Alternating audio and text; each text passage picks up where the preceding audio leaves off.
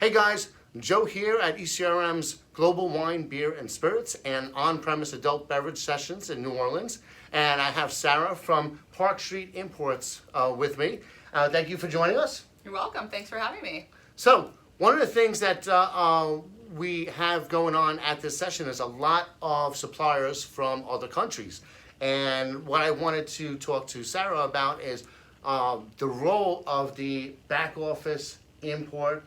Is that what you call it? Back office back import. office service provider. Okay, back office service provider, and what they do with the suppliers. So, can you give a little bit overview of how you work with suppliers in other countries? Yes, absolutely. So we really have two different areas that we can assist with. Mm-hmm. If there's a supplier, it could be wine, beer, or spirits, mm-hmm. and they are looking to enter the U.S. because they have never done business there before but are interested in importing product here, mm-hmm. we'll do everything to get them U.S. market ready, which can be ranging from the federal compliance, getting the label and any formulations approved, and actual physical importation of the goods, warehousing, licensing, operations, accounting, and even some wholesale clearing, so on and so forth, so that they're ready to effectively focus exclusively on their revenue generating activities, i.e. sales and marketing.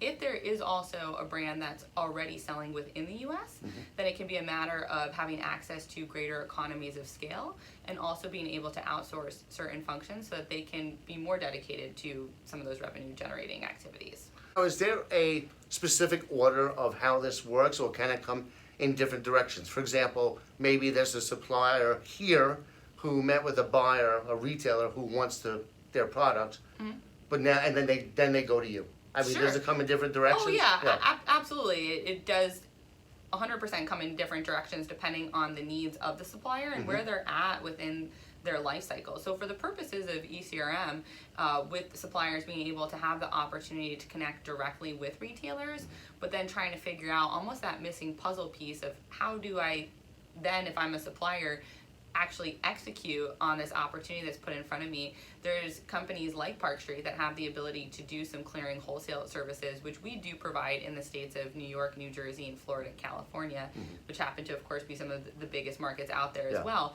So if they get that connection, they're able to clear the goods directly to those on or off-premise retailers mm-hmm. to be able to facilitate, from a compliance standpoint, the sale. Gotcha. So here at the session, you're here as a buyer, so mm-hmm. and what are you looking for in your meetings? So we're really looking for brands that kind of need to fill that missing link, mm-hmm. that feel like they have struggled with figuring out some of the route to market activities, mm-hmm. or they've done it effectively, but they're on a pretty high growth trajectory, mm-hmm. and they need assistance, as they continue to expand their presence within the U.S. and are looking to really do it in as turnkey and as cost effectively as possible. So let's say I'm a new brand from France. Mm-hmm. I'm here and I connect with you, and you agree to bring my products in. What's the next step for me? Sure.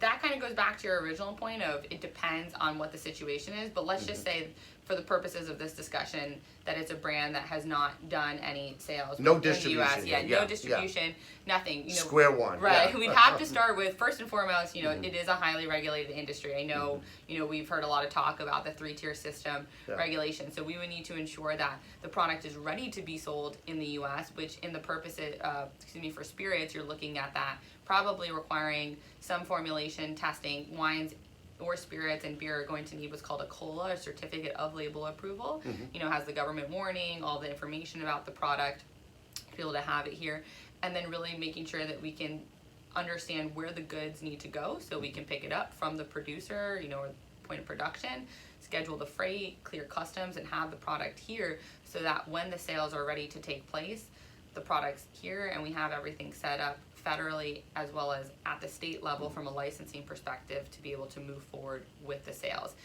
If these suppliers want to kind of do some test marketing or proof of concept type of setup, that's when we would recommend a lot of the wholesale clearing opportunities in those 4 states that I mentioned mm-hmm. as a way to carve out and have some learnings, particularly within the first 1 to 2 years, to really understand what works well, what doesn't. Inevitably, no matter who you are, some things will work and some things will not. And this creates an opportunity to understand that and then fine tune what is working well and then have the ability to create what we would consider to be a blueprint to replicate in additional markets. Excellent. Well, thank you for that information. And how can people find you? What's your website? www.parkstreet.com. Excellent. Thanks again. I Thank appreciate you. it. You're welcome. Thanks so much. Bye-bye.